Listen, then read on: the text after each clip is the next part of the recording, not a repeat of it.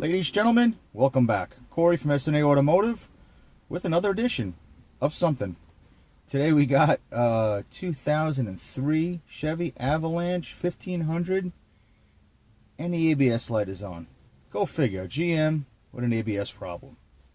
That never happens. We're going to come along for the ride and let's see what we find. Stand by while we hook up. Alright, we're using the Auto because it is my... Oh, that's a lovely annoying sound. We'll wait for that to finish because it's my go-to tool for now and it's been working well. Auto VIN.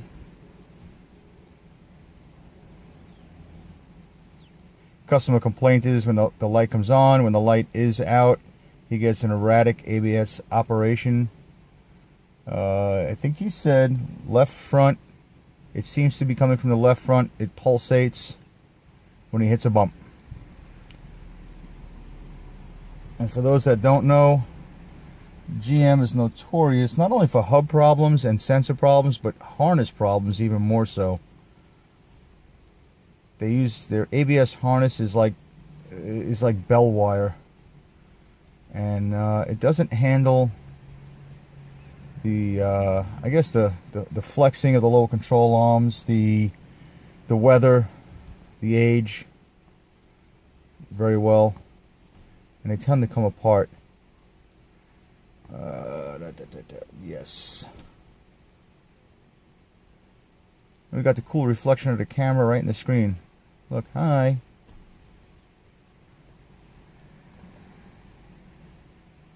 Control unit. ABS, trouble codes, read them.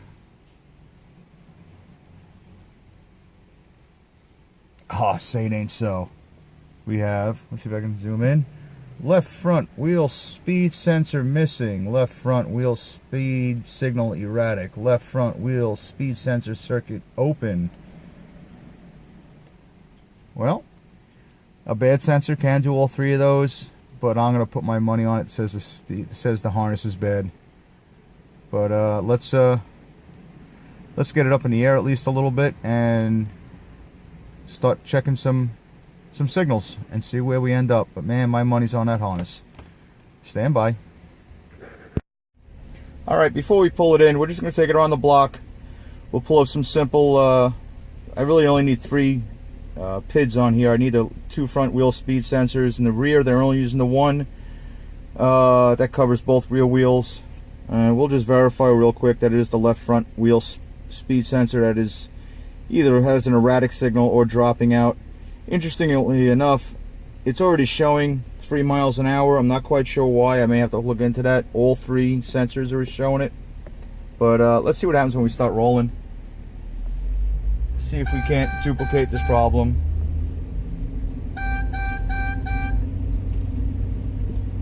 And there it is. Right front, rear, showing 11 miles an hour, which is pretty accurate. There goes the left front.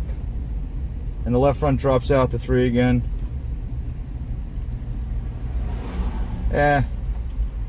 Funny, when I move the front wheel, when I move the steering wheel, I can get that reading to come back, which is lending more towards the notion that we have a bad harness and not a bad sensor. But let's get it inside and we'll see what we see. Well, left front wheel well. I didn't even jack this up yet. I just wanted to turn the wheel real quick, take a look. And look what we found already. Right there. Rubbing. Whoop. Right on here. How's that look? And there's our problem. Yep. I keep hitting the camera, sorry.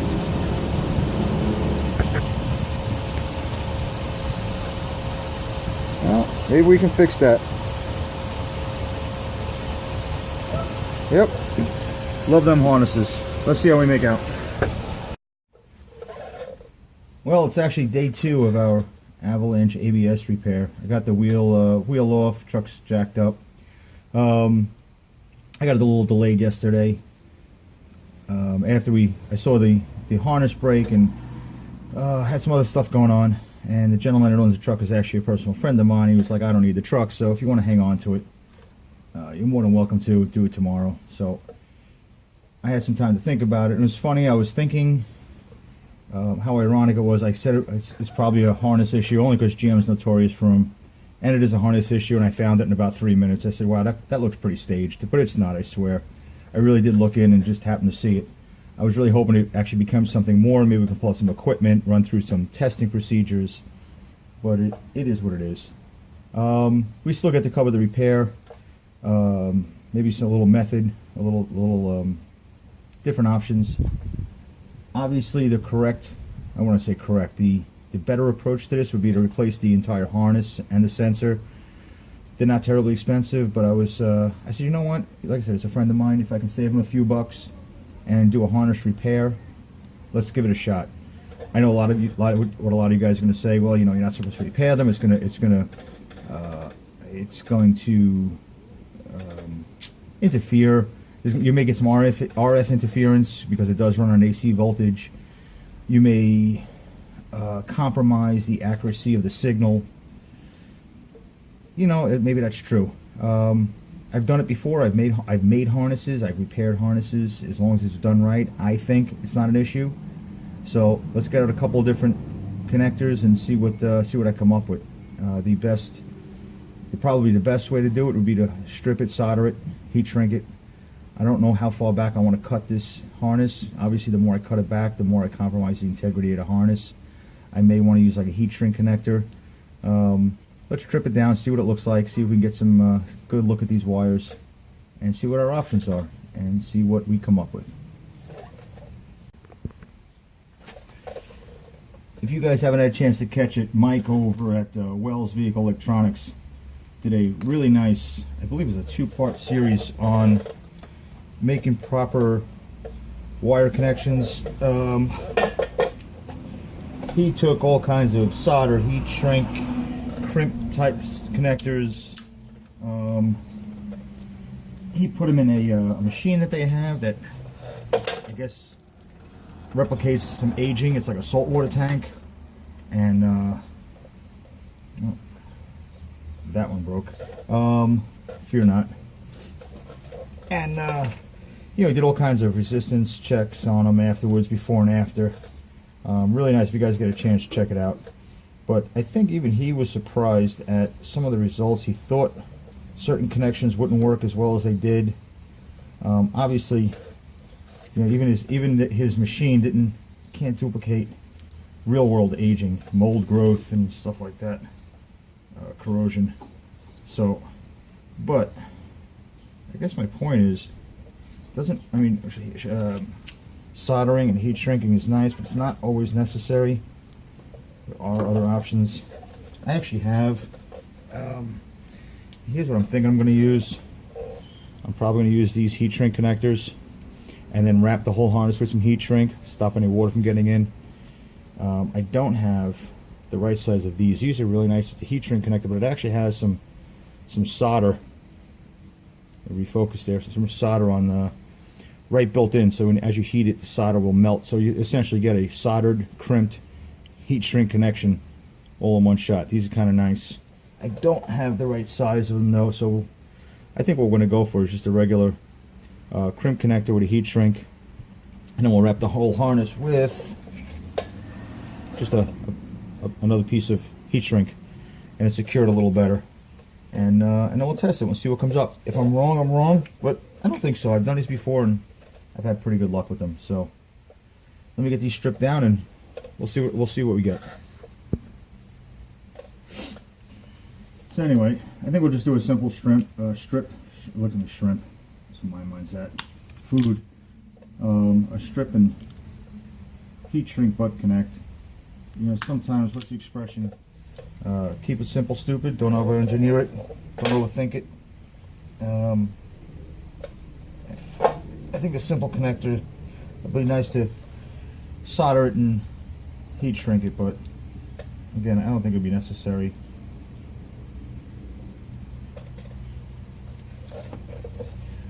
And if I'm wrong, I'm sure you guys will let me know. Probably call me silly just even trying this, but like I said, I've done this before and it usually works out pretty well. A lot of times with these, some of the other, the front wheel drive models, they run this cheesy little harness up and over the top, and I swear it's like dull wire. I've actually, usually when I find those broken, I will just make my own new harness. I've done it, it works real well. Literally take some 20 gauge wire, spin it, so you get some, see, reduces the chance of RF interference. Put a nice harness around it. Let's see, I need to get this somewhere on here. Not gonna let me, huh?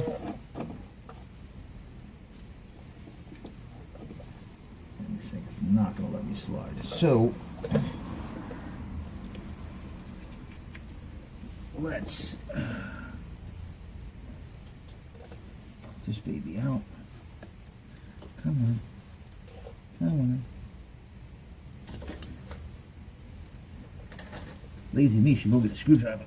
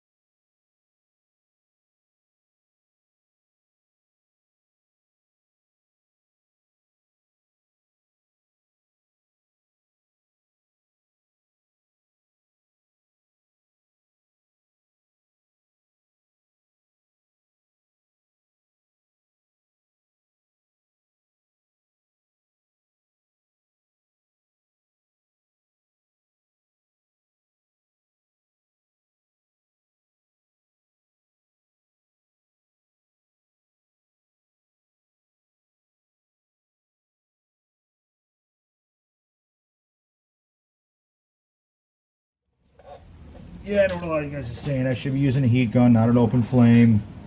Blah, blah, blah. But I didn't. Yeah, I didn't burn anything. Yes, you can burn if you're not careful. You should use a heat gun. Kill me. Take away my certifications. Oh, wait. I don't have any. No, I'm not ASE certified. I used to be. I let them expire. Alright, we just need to get that stupid little plug out of there. Stand by.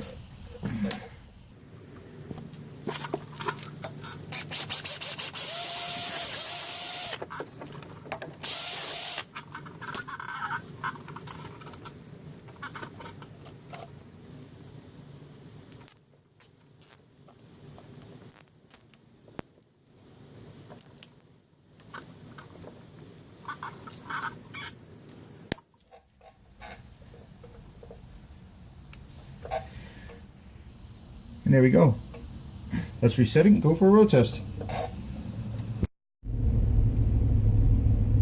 Well, we're back in the Avalanche. We're road testing it. I cleared the codes, and everything seems to be working like it's supposed to. No ABS light. Speed sensors look like they're working normally. Everything looks good. I think we got a good repair. Let me swing you guys around real quick. Listen, at the end of the day, before I get beat up, I don't want to say the right or the wrong way. The better way to do this would have been to put an ABS sensor in it that comes with the harness. That would have been ideal. I think in this case, I was really just looking, one, it's like I said, the truck belongs to a friend of mine, and try to save him a couple of dollars, see if we can make it work. I didn't see an issue with it. If I'm wrong, we'll see down the line. We'll see if the connections hold. We'll see if there's an issue with it. You know, other than changing the ABS sensor, yeah, soldering the joint with some heat shrink would have been nice.